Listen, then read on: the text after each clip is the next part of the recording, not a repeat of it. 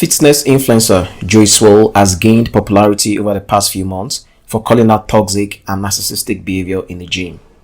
His TikTok videos are viral.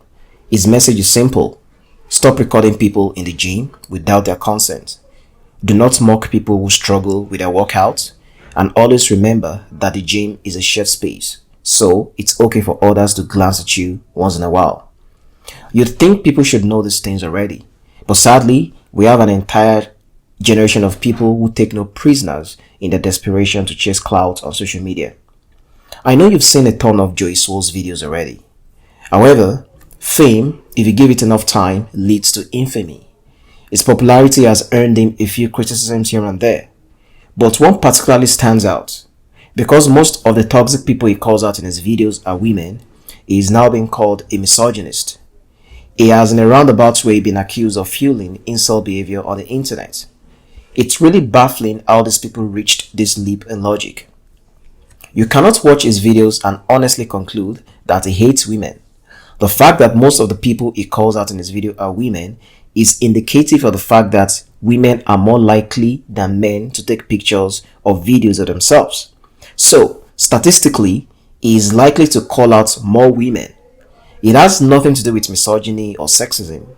It has everything to do with the toxic behavior of the women he calls out.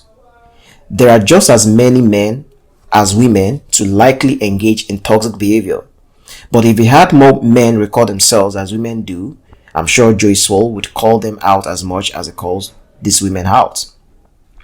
It's becoming a trend in today's world to label people with buzzwords like misogynist or fascist or white supremacist.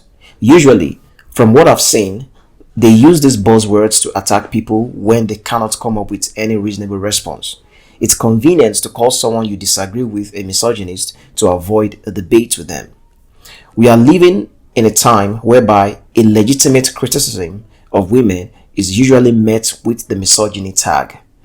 Does misogyny exist? Of course yes. So do toxic women. And toxic women need to be called out for their toxicity. And calling out their toxicity doesn't mean you hate women. Fighting the quote-unquote patriarchy doesn't automatically give women a pass whenever they engage in toxic behavior. Or are we saying women are capable of no wrong? As an African, I find it funny how much contradiction exists in American society. On the one hand, America claims to be built on the ideals of individualism, yet Americans engage in identity politics today. Men are supposed to be abusers and rapists.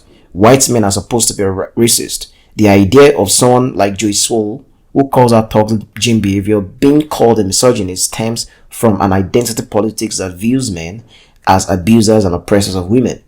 America needs to go back to its founding ideals. People should be treated and judged as individuals. Instead of saying Swoll hates women, why not speak to the facts of his videos? Why not come up with a better response? Attack the argument, not the person. I see this also when it comes to race relations in America today. A white person can hardly give a legitimate criticism against a black person without almost being slapped with the racist tag.